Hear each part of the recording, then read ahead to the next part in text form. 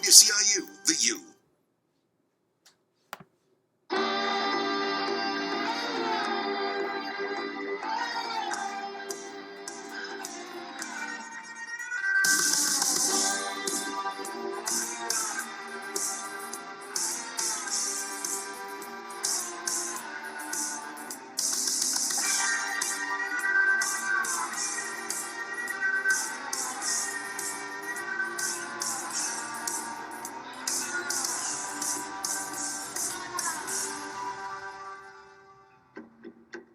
Welcome once again to 26 North Halsted. I'm your host, George Blaze. You know, when we talk about the smartest people in the world, people talk about Neil deGrasse Tyson, perhaps, there's a couple people out there. Maybe Greg Proops. He calls himself the smartest man in the world, but I happen to know the smartest man in the world. He's right here in Chicago, Mitchell Szczepanczyk.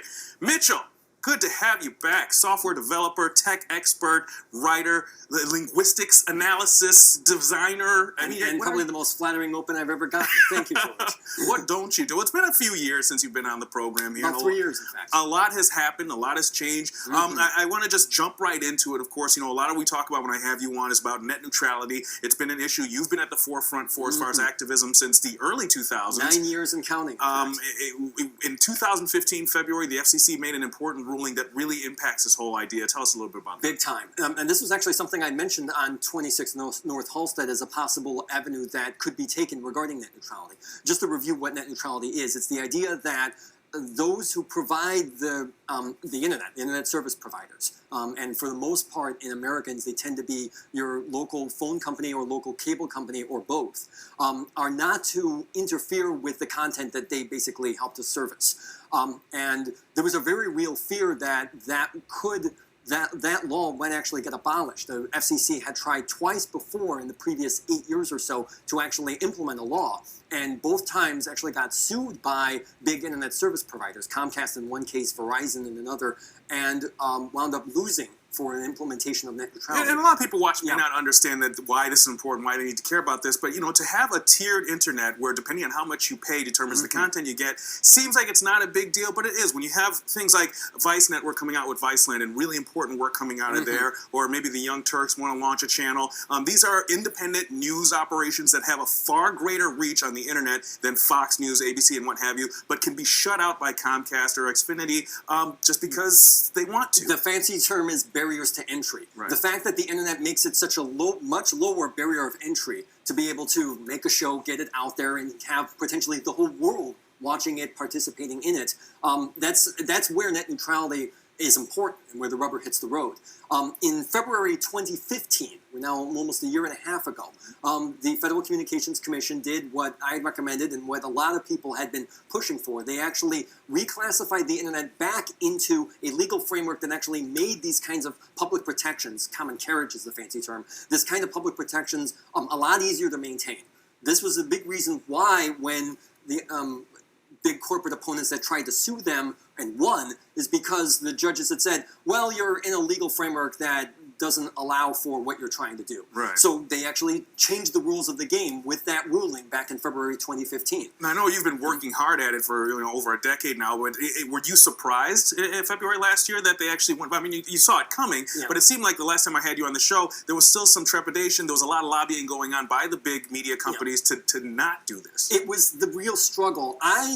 I was cautiously optimistic. I had the feeling that a lot of people were getting involved, and especially where the numbers of people responding. Most of the time, most FCC dockets get maybe 100, 200 comments, a paltry number.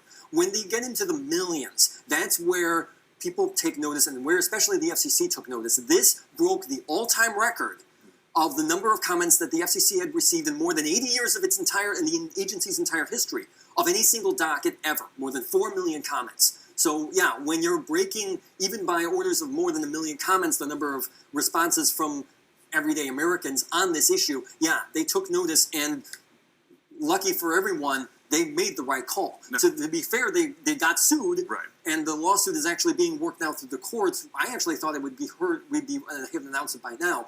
All analysts seem to think that the FCC will probably win and net neutrality will be maintained. We'll see how it goes, though. And of course, there's recordings of FCC commissioners referring to the internet as a series of tubes and things like that, where it's like, obviously some education needs to happen even at the level of FCC commissioners as to what exactly the internet is. That seems crazy to me. The infamous remark regarding series of tubes actually dates to a late senator, a senator from Alaska, whose name I'm blanking on right at the moment, but nonetheless, you see where people who may be somewhat removed regarding the use of technologies that a lot of people now take for granted, and they're now kind of like caught off guard, and they're trying to understand it, and they sound like buffoons when they try to talk about it in some halfway involved way. It's the sands are shifting very quickly. Surely. And there's a lot here where people who aren't necessarily up to speed on this can sound like idiots, or maybe even worse. I mean, you can forgive someone making a mistake regarding a statement they make at a press conference. Sure. But as far as the policy is concerned, especially where that will have ramifications regarding people's lives down the road, that's what you got to get right. What do you think the pushback's going to be from the giant media conglomerates? We're actually seeing a little bit of that now, where they're actually trying to skirt possible net neutrality regulations. I mean, one example I actually saw this past weekend, where T-Mobile, for example, is actually giving preferential treatment regarding data use of some of their received partners, Netflix, YouTube, Watch ESPN. It turns out that their quotas, they don't delete from their data quotas if you happen to be using any of those services. But if I wanted to say, start my own video service and compete with some of these guys, and I can get, smart people making engaging content that everyone will want to watch. But nonetheless, I'm not one of these received partners. That's not exactly terribly fair. And that's why some people are thinking that probably skirts the law regarding net neutrality as it's now been passed. So there are ways that they're actually still moving forward and trying to tier the internet and control and censor content more so than make money in this instance. Totally. And a fair amount of this kind of hinges on the fact that they're kind of hedging their bets. It's like if the court in D.C., the First Circuit Court of Appeals ruling on this, actually votes in favor of AT&T, Verizon, Comcast, and these folks, then they maybe say, okay, great. But if it turns out that, no, they're struck down, that law is upheld, and now the FCC will actually open a docket to investigate this, now suddenly they've got to backtrack, and then so they may have to change their policies in this regard. I think it's curious how you've kind of seen whereas there was a lot of talk and a lot of rhetoric and a lot of push towards universal Wi-Fi across big cities and what have you. Since this ruling, it's kind of quieted that talk. Perhaps that's part of the pushback as well. It's like, all right, well, if we can't control the content, then we're not going to provide access to everyone for the content. And that's again a part of the struggle here, where you're unfortunately the markets within telecommunications are and have been quite concentrated. And that also, unfortunately, is also a harbinger of abuse by those folks who happen to be, sitting on top of that hill. Right. And so that's where, if you can't necessarily break up those markets, that's very hard to do. Apply policies to at least make it a little bit more fair. That's what net neutrality is, and that's why I'm hopeful with what we're seeing now. Well, there's a lot happening and a lot to investigate. We're going to take a short break. When we come back, we're going to talk a little bit about censorship. Facebook censoring content? Don't say it so, Zuckerberg. We'll be back in just a moment.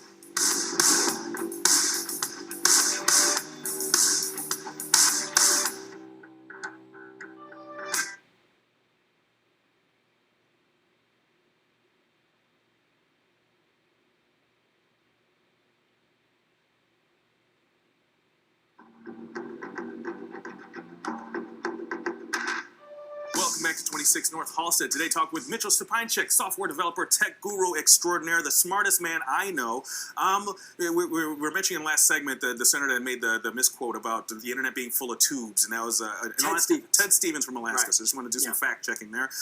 Let's talk about Facebook for a second. Recently, they came forward and admitted that they are screening and adjusting the news feeds based on what they like or don't like in the content. A perfect example is recently we had this rape case that came out, and they were actually suppressing people who were putting up memes of the accused rapist in the Stanford case.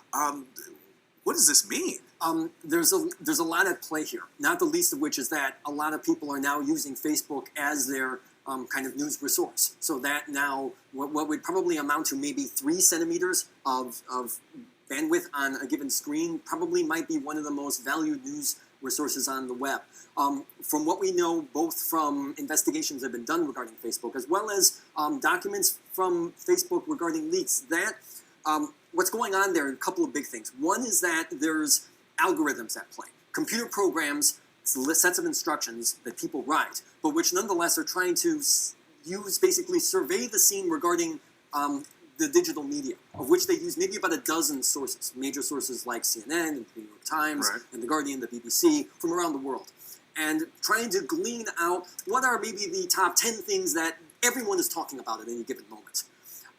But at the same time, those algorithms, those recipes that try to see this and try to see things, sometimes pick things that, in the judgment of maybe journalists or news professionals, might not be seen as maybe the most important things that anyone may want to know at a given time. And we know from actually documents that have been leaked to The Guardian, it so happens, that Facebook will sometimes swap out a story and swap something in its place. And that's, for me, even though that might be construed as censorship, that also could be construed as trying to maintain the highest quality of journalism. I mean, like, take 26 North Halsted, for example. You're making calls regarding what guest or guests you're having on the show. Yes, sir. And that's fine. And you're trying to serve a purpose for the viewing public, for people who watch WCIU. At least that's what I tell the people that pay me. Yeah. And so, but I mean, you're trying to do as good a job as you can and not trying to put, any wacko with a crazy idea on. You want to put people who are, putting on... Yeah. I like to think I have a few smart things to say. Thank you. Go ahead. But nonetheless, but I mean, there's a judgment call to be made there. That you want to try to have people and have stories and issues that are relevant and important for people in their lives and what's going on. But when a controversial issue comes up, whether it's Black Lives Matter or something else, Right. and they're actively suppressing those from people's news feeds, there's a problem there. And that's where things actually get a little bit heated. Now, this was actually the subject of an investigation that Facebook had actually carried on its own, and actually wrote as a public letter to a senator who actually sits on the committee overseeing this, John Thune, senator of South Dakota, I think. And they actually looked at, their history of when they made these judgment calls, taking something out, putting it back in, and was there necessarily undue bias for or against one side in that case? Okay. And the investigation actually cleared Facebook and the people who are actually working on that feed, making those calls on any given moment. Where, it turns out that, no, they pretty much were fair. But I guess liberal stories didn't get more of a shake than conservative stories necessarily. But the concern here is that it's not an organic algorithm, that it is an active process, that people are making judgment calls. Not alone.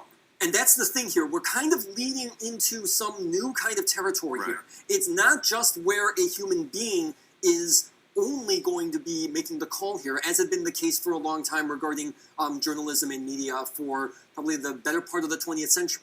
But now we have vast amounts of data, public access regarding the internet, and the ability to consolidate all of that through algorithms and programs that, frankly, even though there's a little bit of lag time to have to get involved with it, if you want to put the effort to learn into it, you can. Right. And that actually has been a good thing, because that's changed it and made it a lot more open, and a lot more people can actually enter the fray on this. But at the same time, it's, it makes things like what we've been seeing regarding issues, controversies, something even more heated, because now you have a computer that's now getting involved with that. Right. You can't necessarily, castigate, or an ombudsman can't exactly write a column against an algorithm. Right. But you could write it against a person. Right. Yeah. And I'm glad you brought the point that, we're entering a new frontier here, particularly when you have, huge social adjustment movements, social justice movements. You have revolutions in countries that are driven by the communication that is availed to people by social media platforms such as this. And now governments around the world are seeing that this is a threat to stability. Allowing people to just freely communicate in real time what's going on at any given moment. That's always been the case regarding any kind of new medium.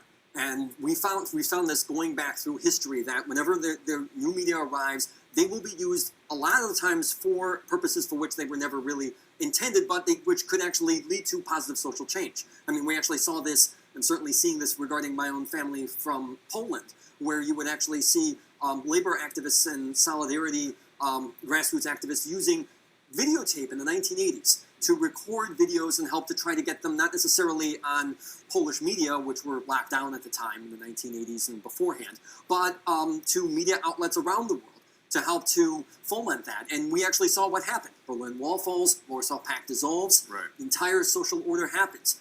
Could that happen here?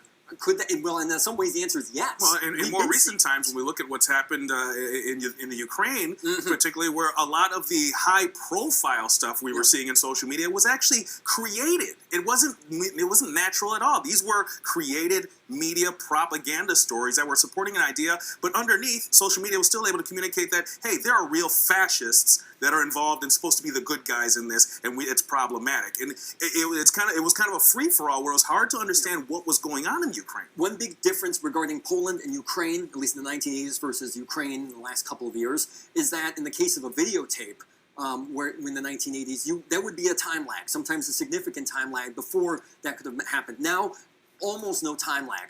You record a video, upload it through your cell phone to the cloud, maybe in a matter of minutes, if that, depending on things, and if you happen to have an internet service provider that is, or even maybe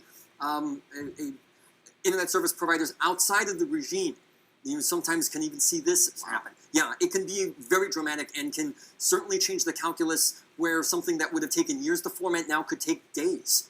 It's very dramatic, very hopeful, and also a cause for concern because, yes, it can be abused in addition to used. Right. And I would just say, as a caveat to everyone out there who isn't very media savvy, whenever you're going in social media and you're looking at news stories, particularly volatile situations, if it looks really clean and slick, be wary of that stuff because it's probably not organic. It's probably propaganda. It's certainly to be watched for in any event, especially where you will find that the techniques of grassroots coverage can be used by major operations with $1 million budgets and staff of dozens of people who are all working to make it look amateurish, but yet it's there's a pretty serious polish behind it in some ways. Fantastic. I'll tell you what. Let's take another short break. When we come back, we'll have more. Stay tuned.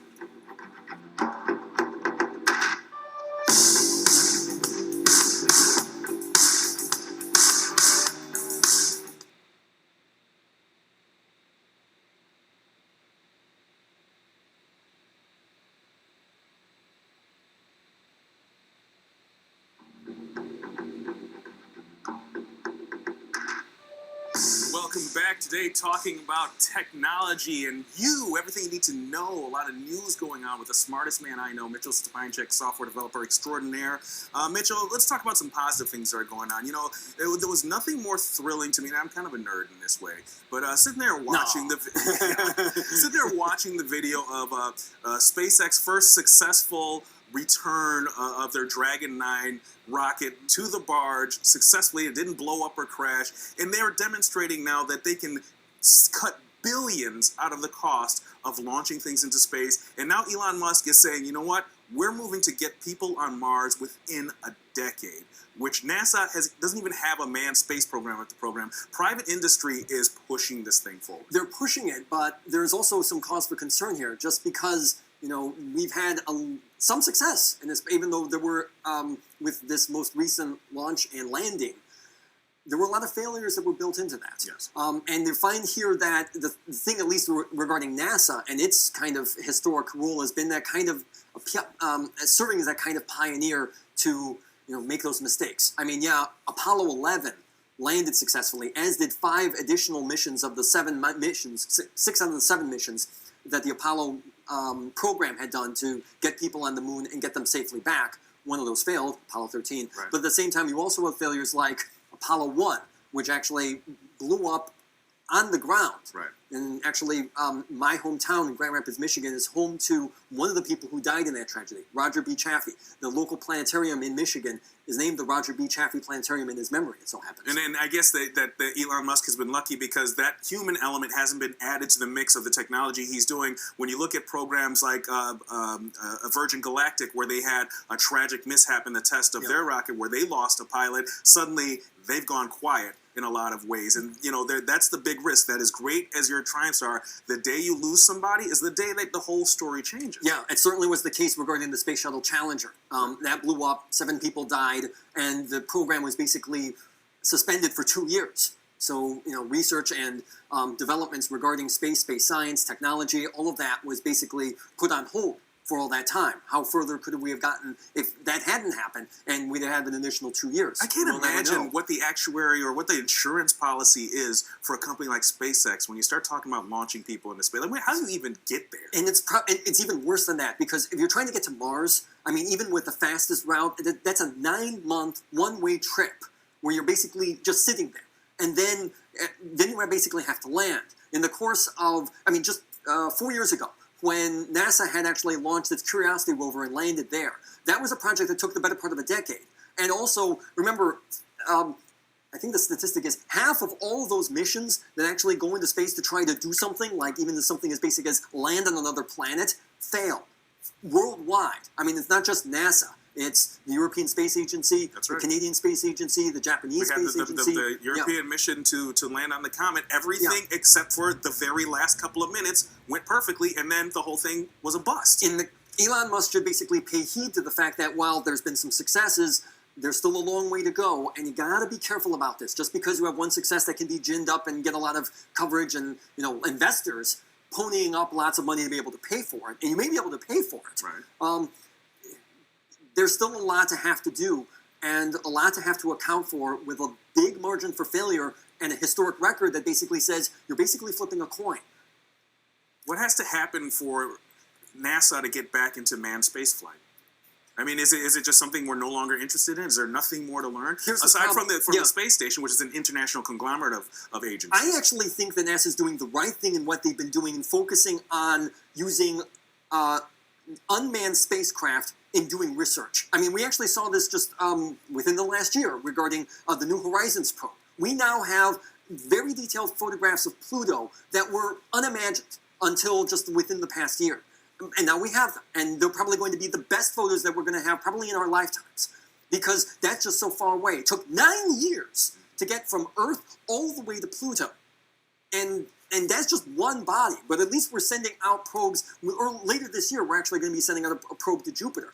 There's a lot to explore, and the nice thing about these unmanned resources is that if something blows up or if something goes wrong, it sucks, but there are no lives at risk. And there's actually a lot of information that actually can be retrieved back now, even at these vast differences. I actually think they're doing the right call here. Getting a person to Mars, I mean, that's a lot to have to do regarding budget, time, money, resources, food. I mean, how are you going to feed them? How are you going to get the breathing? There's actually been research and actually some thinking that they actually may want to send all female missions to Mars to do that. The reason is because on the average, women tend to be shorter and less heavy than men. That means they need less calories to have to live and do things. And that means you can pack more and the missions can actually be completed. And one of that's been what people are thinking. The other major reality to not see the first man on Mars, but the first woman on Mars. Right. Is our first human on Mars. The other thing to consider is the fact that even with the International Space Station, I mean, the longest we've been able to get a person there is a little around a year, maybe.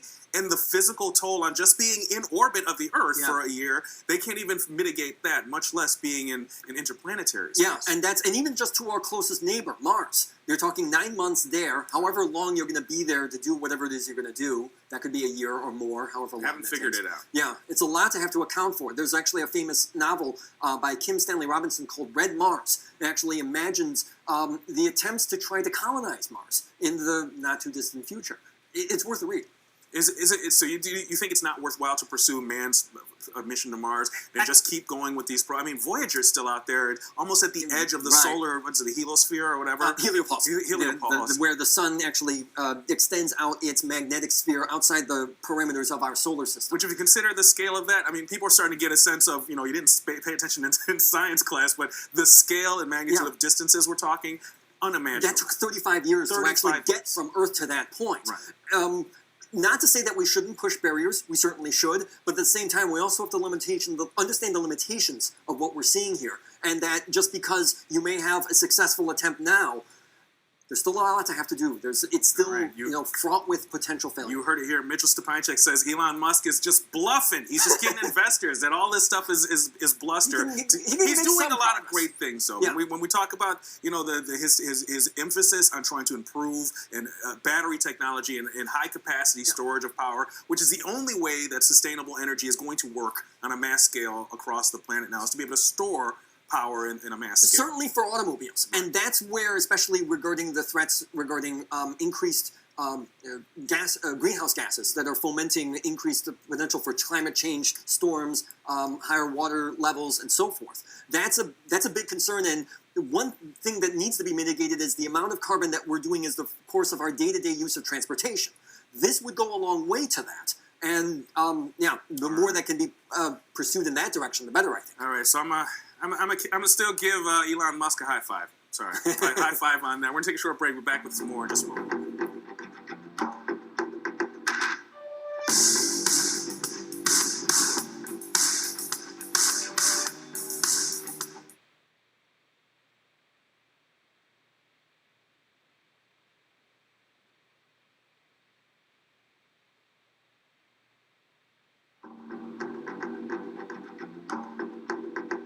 Welcome back to 26 North Halsted. What a great conversation we've had today with Mitchell Szczepanczyk, software developer extraordinaire, smartest man I know. I know it's difficult to pin people down on books, and things are changing as far as how we get information. Let's just talk about resources. If people want to go out there and just get their heads filled with kind of a primer on how to get an understanding of what's going on in technology and data security and perhaps artificial intelligence, what would you recommend? A few things. One is regarding what we've been talking about space. A good entree is the works of Timothy Ferris, F-E-R-R-I-S, one S. There's another Timothy Ferris with two S's. Different guy. Different guy. But the works of Timothy Ferris regarding getting a hold regarding space and science, good start. Regarding security and technology, I would recommend the works of Bruce Schneier, S-C-H-N-E-I-E-R. You can look it up. He blogs all the time. He's written and commented on a lot of things. He might be the best resource regarding this stuff who isn't in the employ of the NSA and whose name isn't Edward Snowden on this stuff. So I recommend him. Regarding technology, I actually would steer away from books mainly because there's such a lag time regarding publishing books for the most part, at least regarding conventional publishing. Ebooks are a slightly different issue. But a lot where things change so fast that by the time it's published, it's out of date. I actually will recommend one resource, the website Hacker News. Okay. This is kind of like a greatest hits of what's going on regarding technology, artificial intelligence, the internet, and even though it sounds like it's the kind of thing that sounds almost illicit with a name like Hacker News, it is an outstanding resource for finding out what's basically in the now regarding technology. You can look it up. It's actually published out of the Y Combinator project, that actually serves to help to fund startups. So they actually set up a website for technology news and updates. So Hacker News, so you can look it up. Fantastic, Mitchell. Thank you so much for that. I know you're updating your website. Do you want to give out the website you have currently? www.szcz.org. It's the first four letters of my last name, .org. And I actually did a pretty substantial technical update of it earlier this year. All right. Well, I tell you what, next time I have you on, I want to talk a little bit, get into like the medicine field, talk about genetics and CRISPR technology and all that stuff. I mean, there's so much we could talk about. You're the smartest man in the world. Mitchell, thanks for coming on. You're very welcome. All right. We'll see you next week right here on 26 North Halsted.